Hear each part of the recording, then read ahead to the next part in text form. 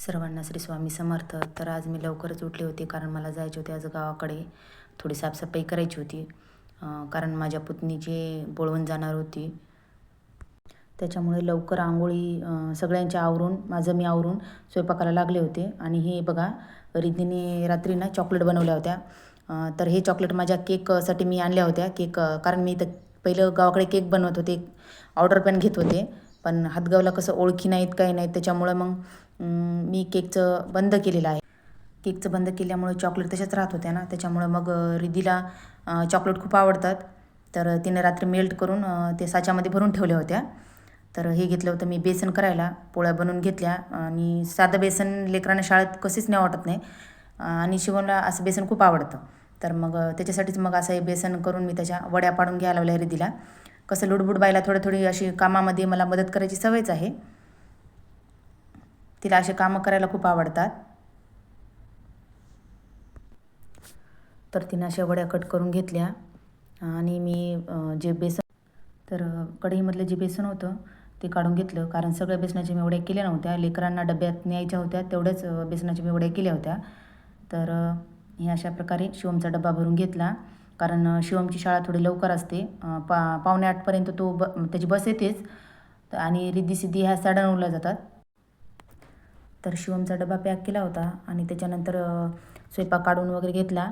आणि रिद्धी पण डबा मी पॅक करून ठेवला होता. कसं असतं, गावाकडे जायचं म्हटलं की त्यांची पूर्ण तयारी करून जावे लागते.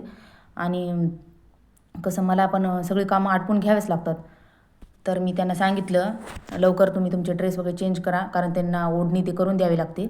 तोपर्यंत भांडे आणि कपडे धुवून घेते. आणि त्याच्यानंतर मी लगेच भांडे आणि कपडे धुवून घेतले होते. बघू शकता तुम्ही. आणि मग कसं त्या दोघीची ना सारखी मस्ती चालू असते. आणि हे रिद्धीनं देवपूजा केली होती, मात्र तिला देवपूजा करायला खूप आवडते. त्यांना जबरदस्ती मी असे कपडे वगैरे घालायला लावले, कारण वाजले होते फक्त 8-10 झाले होते. हे बघा, हे दोघीचं असं सारखं चालू असतं.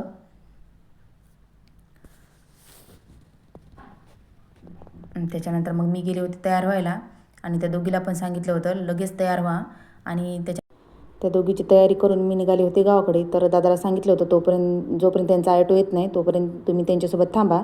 त्यांना ॲटोत बसून दिलं की मग तुम्ही जा. तर आम्ही दोघं निघालो होतो गावाकडे. तर गावाकडे जायचं म्हणजे एवढं अवघड झालेलं आहे, कारण रस्ते एवढे खराब आहेत. तर असं आम्ही निघालो होतो हातगावहून.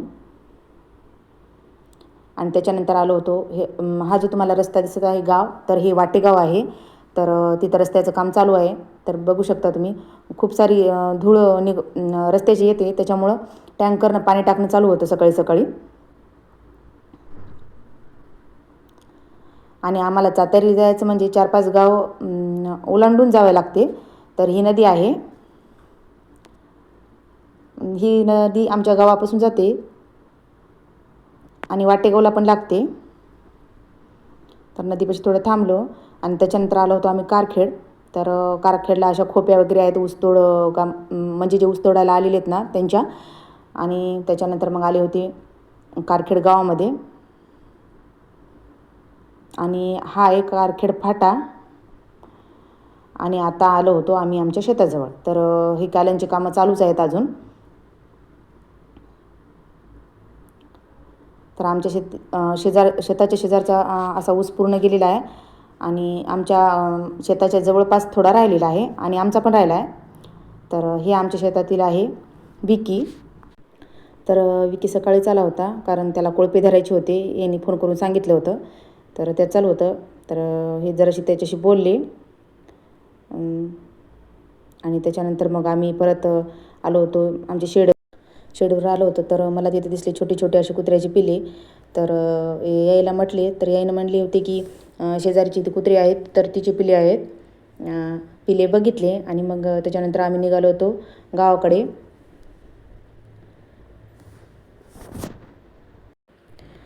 याने मला घरी सोडलं आणि हे गेले होते बाहेर. तर मी मोठं दार लावून घेतलं आणि आता घराची करायची होती साफसफाई. तर बघू शकता तुम्ही किती धूळ साचली आहे. 8-10 दिवसाखाली मी साफसफाई करून गेले होते, पण एवढी धूळ आली होती. तर अगोदर मी सगळ्या रूमांचे जे दारं खिडक्या आहेत ते ओपन करून घेतल्या, जेणेकरून वास रूमांमधला निघून जातो. आणि मी हात गाऊन तुळस आणली होती. आमच्या घरची जी तुळस आहे ना ती सुकली होती, म्हणजे पूर्ण वाळूनच गेली होती. तर ही आणली होती मी तुळस. तर दादानं आणून ठेवली होती साताऱ्याला यायचं म्हणून.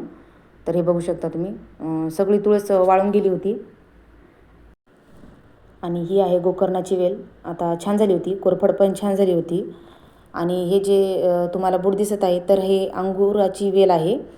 तर यावर्षी का अंगुराच्या वेलीची कटई झाली नाही माझ्याच्याने करणं, तर पूर्ण पाने गळून गेली आणि नवीन छोटी छोटी पानं आता नव्याने निघत आहेत.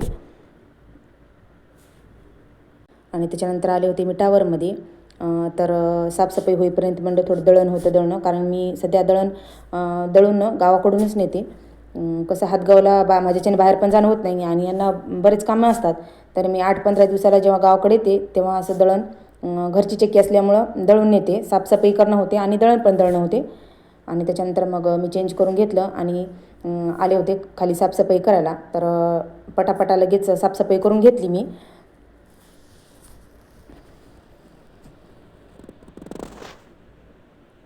हे किचन आहे माझं.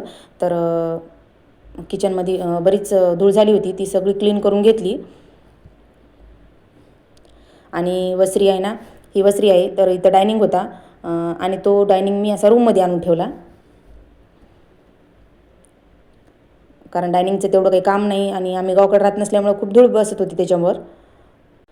तर सर्व घराची साफसफाई करून घेतली मी. असं साफसफाई केल्यानंतर अंगण पण सगळं धुवून घेतलं होतं, कारण पुसल्यावर काय तेवढं निघत नव्हतं, कारण धूळ खूप होती आणि पुसल्यानंतर लगेच पांढरं दिसत होतं. त्याच्यामुळं मग मी अंगण पूर्ण धुवूनच काढलं होतं. तर मग हे पीठ दळणं झालं होतं, थंड होण्यासाठी मी ठेवलं, चक्की वगैरे बंद केली. आणि त्याच्यानंतर मला जायचं होतं माझ्या पुतणीकडे. जिचं छोटं बाळ आहे, तिची बोळवण जाणार होती, तर मग तिच्याकडेच जायचं होतं. त्याच्यानंतर मी हॉलमध्ये आले होते. तर मी असे हे लोड वगैरे ना बेडशीटमध्ये बांधून ठेवले होते, ते मी असे काढून ठेवले आणि बेडशीट ते सगळे धुवून टाकलं होतं मी.